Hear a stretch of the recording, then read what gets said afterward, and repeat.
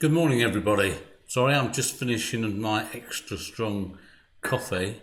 I clearly need it this morning, even though I've been up for quite a while.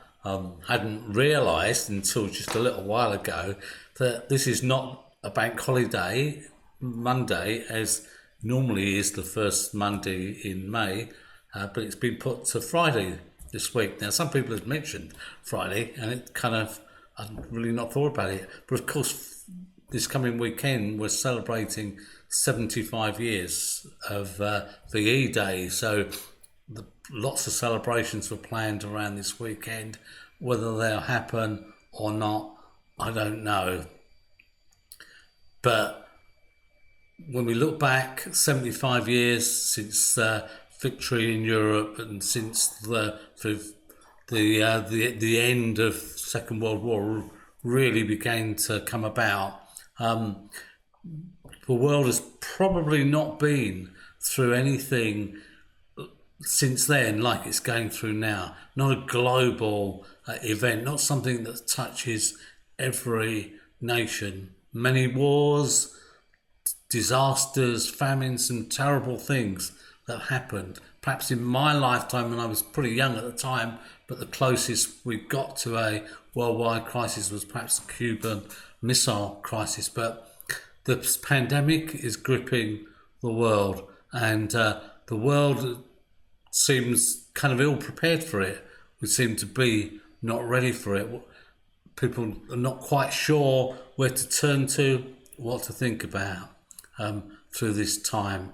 And extra strong coffee is fine. It might get you going for a bit in the morning, but it doesn't last all day, and it's certainly not going to help you through the crisis of life. I want to turn to a psalm today, Psalm 46. God is our refuge and strength, an ever-present help in trouble. Therefore we will not fear, though the earth give way, and the mountains fall into the heart of the sea, though its waters roar and foam, and the mountains quake with their surging. Clearly, when you read this psalm, the psalmist is going through a real difficult time. This is a real crisis. This is a time of immense difficulty that he's writing this psalm in. And he's looking to God.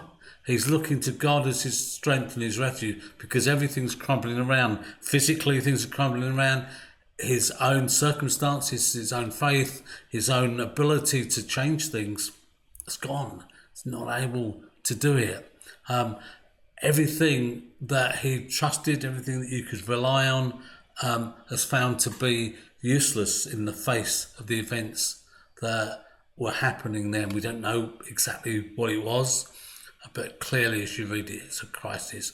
And today, with all our strength, with all our ability, with all our wealth, with all our knowledge, we've been brought down low by this invisible virus. And so where do we look for strength? Like the psalmist, we look to God. God is our refuge and our strength, a very present help in trouble.